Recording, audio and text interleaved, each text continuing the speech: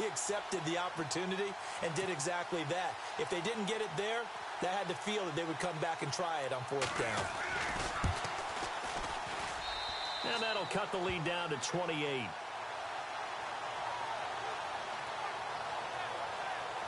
So that drive spanned 5 plays, and it's capped off with a Ravens touchdown. So still...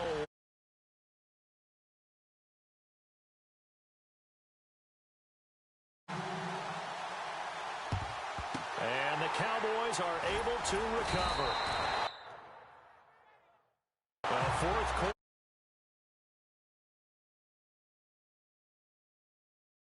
I know we brought analytics into the game, and someone has said here that the data says that when a team's expecting an onside kick, 80% of the time, actually recover the ball, which is what we saw here. I just wonder if that number is much more of a anecdotal type of a number, kind of like when the coaches tell us, well, when you score, you win the game. I'm still waiting to see that number is empirical. And when do they start thinking about burning these timeouts? They've got all 3 still defensively. To me, you have to start right now. Here's the time, and that means you've got to stop it. Blitz coming and down. Jefferson. He's the one that got to him. He takes him down for a loss of 9. How about that? One of the so-called little guys putting the pressure on. That was the story.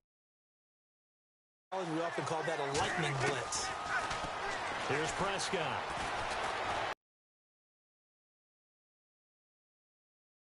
There is a flag down, so hang on. A big call coming on 3rd down. Pass interference. Defense. This home crowd, they're happy with that call. I like the way you said happy there, right? The so-called good guys didn't get a call. They feel like it's been that way all afternoon. You feeling their pain? They finally got one. Yes, they did. And they are going to add to their totals. Well, this game is definitely over, but we do know some people like to go ahead and continue to add to their score, don't we? Yeah, I don't know that they need to add any more right now, though. I'm just starting to think about those dinner plans tonight, my friend. Well, you and I, we think about dinner plans, but we also know they're playing people are thinking, how can I get some more scores for my fantasy, for other things? They're trying to figure that part out now. By the way, last weekend we went sushi because that's what you wanted. We're going steak tonight. I'm in. All right.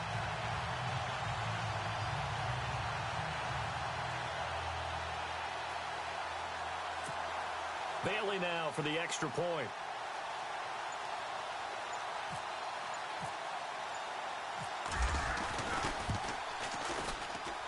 Now this one was over a while ago as they just add on to their big lead.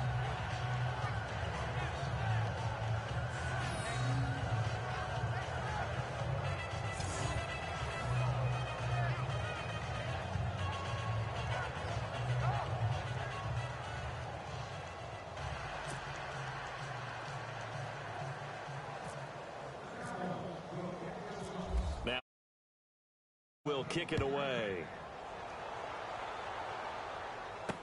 This will be taken to the back of the end zone. And no thought to bring this one out. He'll just go down to a knee, and they'll take over at the 25. And now Baltimore gets set to take the field. And they're hoping to capture some of that magic they had last time out when they were able to put together a scoring drive. But they're still down here, Charles. Not the major concern, though, because of what you talked about. They scored the last time out. They feel good about themselves. They feel like their game plan is now in effect. They know how to attack and what plays they want to put together. But they've got to keep it moving in the right direction because, as you did note, they are down on the scoreboard. Defense.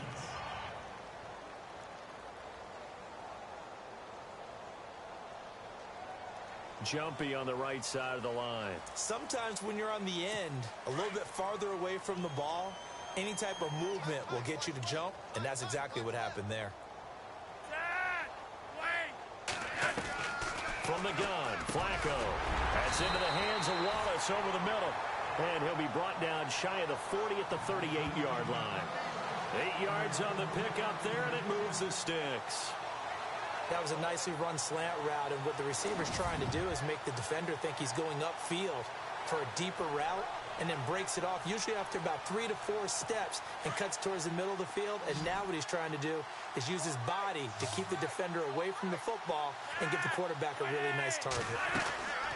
On first down, Flacco.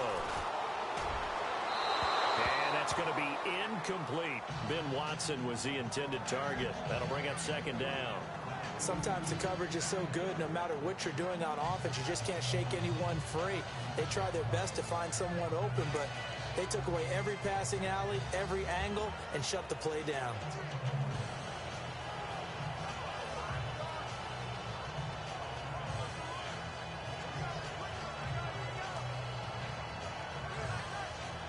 So they're still at the original line of scrimmage here. Second down and 10.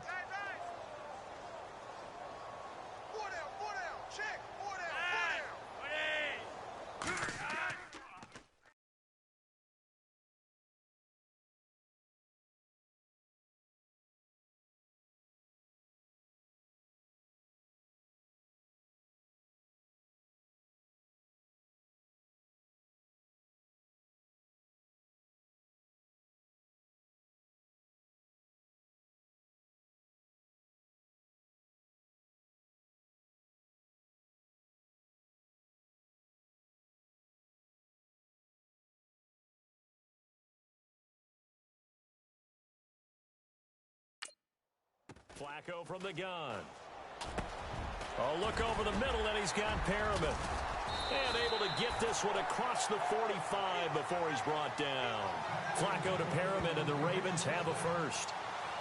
One thing I can say pretty safely, that route is not called if you don't have a guy who can throw the ball and put some mustard on it. Because if you're going to lollipop it in the middle of the field, bad things usually happen. It takes a strong-armed guy who can rifle it in there, and they were able to successfully complete that one.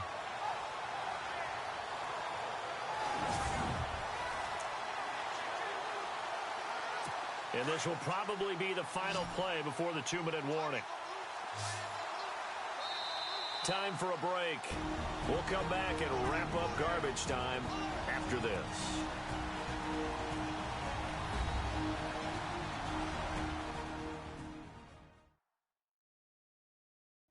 So it's Raven football here as we welcome you back.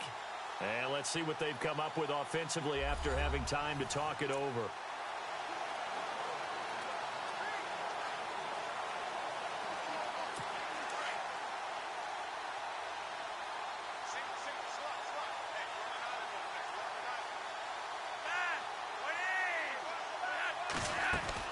First and 10, and Flacco looking to throw.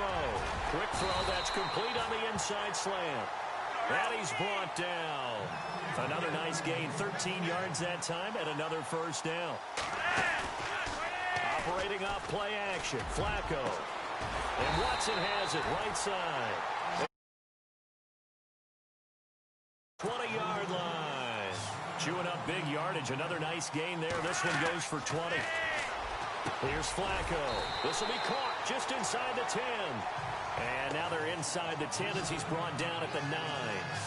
Give him 9 there on the first down completion.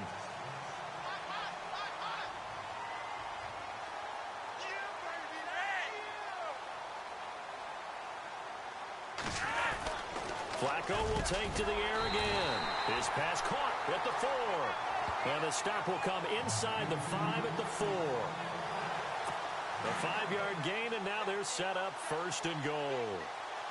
5th catch of the game for him there. Yeah, and the tight end position is now becoming a volume pass catcher. Used to be occasional, right? Safety valve. Throw one to him every so often, but mainly they want him out there to block. Nowadays, an integral part of the passing game. And they feeling the pressure here and taken down. A sack back at the 7. The amount of sacks that they've absorbed in this game is absolutely extraordinary. Let's just face it. This offensive line, flat out, cannot handle this pass rush. It's been demonstrated time and time again.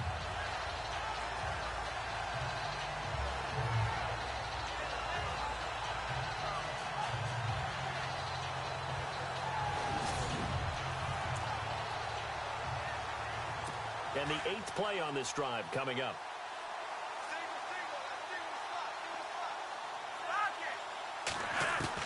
Second down, Flacco now.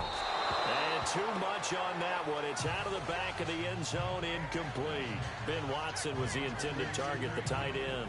And that takes us from second to third down. I'm going to need some help with this one. How did he miss him? Wide open in the end zone. He's not hurried. He's not hit. And somehow, incomplete? Yeah. What happened? During film study, that's one where he's just going to shake his head, not be able to. And this is caught. Well, they get one back. Picking up the late touchdown here, but still down big. And yeah, that touchdown counts for their team. But I think it counts more for the fantasy guys, doesn't it? Yeah, it's just something maybe positive to look at on film, but this one's over, let's be honest. Yeah, I agree with you totally on that one.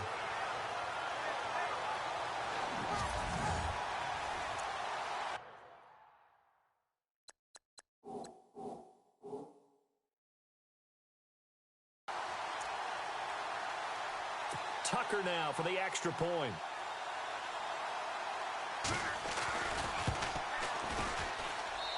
And that'll cut the lead down to 28.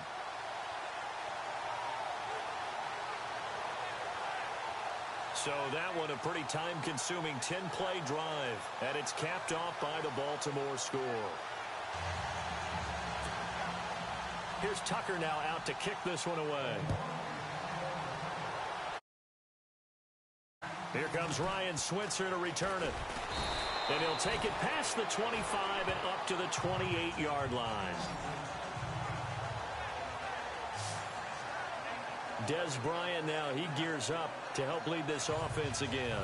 Seems like the measuring stick for a receiver for a great game is 100 yards. Well, he's well past that now. And as we analyze how he's getting him, that's where it really becomes fun because, let's face it, they keep sending coverage at him, keep trying to put the pressure on, yet he finds ways downfield and finds openings. That's a really crafty receiver. And room to run as he's up past the 35-yard line. A good run there on first down, and it'll leave him with a 2nd and 2.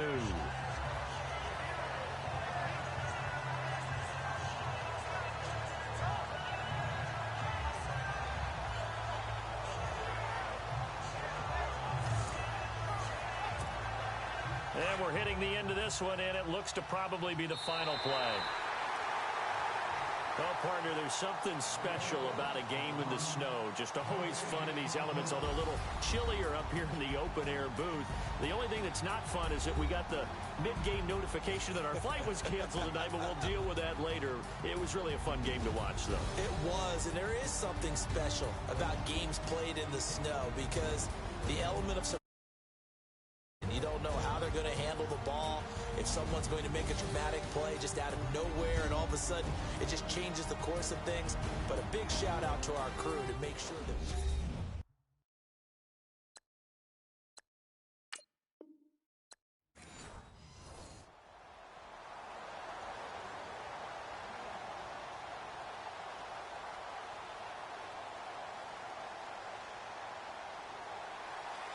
what we can see of the ball appears to be teed up and ready to go.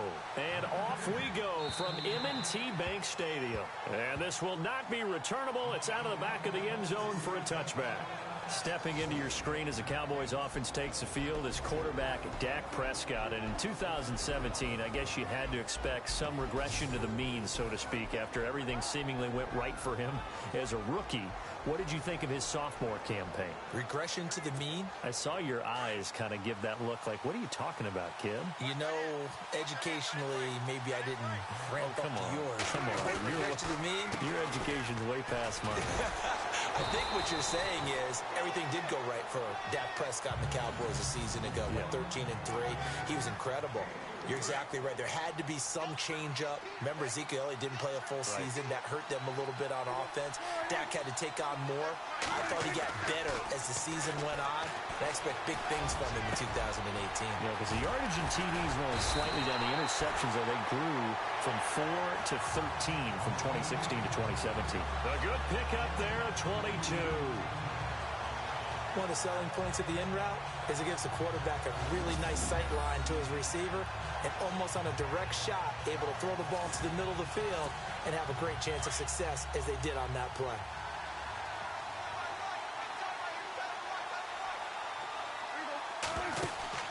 Prescott looks to throw on first. Eluding the pressure right. Pushing through the contact. Finding room inside the 40. And bulldozing through multiple tackles. And they're able to get this one down to the 25. Big yardage there on the scramble. It gets him a first down. On that play, as you saw the route start to develop downfield, I got the sense that maybe the run would set up for him. And he took full advantage of it and got a big gain on a busted play. Now a play fake here on first down. Buying time to his left. But when this ball's tipped and intercepted. Picked off by Terrell Suggs. And a big turnover there as his guys will get the football back. Certainly not how they envisioned ending their opening drive here in the first quarter. Too many ones in this play. First quarter, first drive, first interception thrown. And that last one, that hurts. Here's the first carry for Alex Collins. And able to break one tackle, but then quickly brought down. But a nice little gain. A nice run there, 9 yards. And it'll be second down. Lanes are available. You have to feel like he's going to have a pretty big game on the ground. Yeah, you can tell early on he's got a little burst in his step, and that's a big pickup right there on first down. And this one taken in on the right sideline, but not in the field of play. They say it's incomplete. The throw led him a little too far. It brings up third down. I don't know about you, but I wanted to reach out of the booth and snatch that pass myself. That thing floated forever up there. I think that... And he's going to go down right near the goal line. The officials look at each other. They're going to mark him at the 1-yard line. I think most quarterbacks would love to have the goal line actually extend up into the air and turn into a wall, and they can put their back against it and know exactly where they are on the field so they don't end up in the end zone. Didn't do it on that play, but perilously close to the goal line. Taking it about the 16. One of the longest punts in the last decade or so, 80-plus yards. And the Cowboys will take over the football with a 1st and 10. So the Cowboys offense coming back out there, and after the excitement of that 13-3 year, the NFC East title 2016, they fell back to earth in 2017. They still finished 9-7, but not what you expected from them. No, the scoring differential was a big telltale about the difference between 2016 and 2017. They were plus 115 a season ago. Just plus 22 this year. That means tighter games can go either way, and not enough of them win in Dallas's win column in this past season. And he's brought down, getting this one up to about the 35. 12 yards there as they move the chains. When you run a screen pass really well, you got to like the look of it because so many parts come together to make it work well. The offensive linemen, where they're faking people out, the back slipping out there, catching the football, then all of them going together as one unit downfield. A really nice pickup. A first down throw for Prescott. And nearly picked off there. Almost intercepted. Instead, second down. Well, nearly another interception there. That would have been 2 drives in a row. Taking care of the ball way better than what we're seeing. Interestingly, that throw was probably worse than the one he threw the interception on last drive, but fell incomplete. And able to break one tackle, but then quickly brought down. But a nice little gain. It'll be a gain of 6, and that'll bring up a third down. Everyone's got to be able to catch the football. Doesn't matter what position you play, but if you're on offense, be aware a ball may come your way. Prescott to throw it. Incomplete. He had his hands on it, but couldn't pick it. But it's now 4th down. Hank's almost going to get into QB1's ear when he gets to the sideline. Already thrown an interception. That one should have been picked. Look, let's just be honest about it. That'd be the second person in his ear because he's hearing it in the huddle right now. Not the start to the game he wanted. Like you said, the pick on the opening drive, second drive, not much better. So a change of possession here on the punt. And the Ravens will get it. 1st and 10 from deep in their own territory. I want to give a hat tip real quick, Charles, to J.J. Watt before the possession switches here. Walter Payton, NFL Man of the Year. They totaled up how much he helped raise for hurricane relief, $37 million. Incredible. Hurricane Harvey, which really hit the Houston area in a big way, and his original goal was $200,000. So congratulations to J.J. Watt and all the people who participated. And Greg Olsen of the Panthers, Benjamin Watson of the Ravens, both tight ends, also nominated and finalist for the most prestigious award as determined by the NFL, the Walter Payton Man of the Year Award. Now Flacco. He's going to go for a big play downfield. Looking for Macklin, and it's intercepted. Chidobe Awuzie with a pick. And he will take this across midfield and down to the 48-yard line. And this might not be the last interception we see, Brandon. Both of these teams like to throw the football, but here in this snow, ball's not going to always go where you want it to. And this one winds up getting intercepted. So the football switching hands here in just a second. And, you know, Tom Brady, just to go off on a tangent for a second, may have lost the Super Bowl, but third MVP this past season, and what he did at age 40, really something, right, Charles? Absolutely phenomenal. Ended up beating out Todd Gurley, the running back for the Los Angeles Rams. But he would have traded it for a Super Bowl win, don't you think? How about this? The last 9 NFL 0-9. Yeah. He go all the way back to Kurt Warner in, what, 1999, where he won the double? We were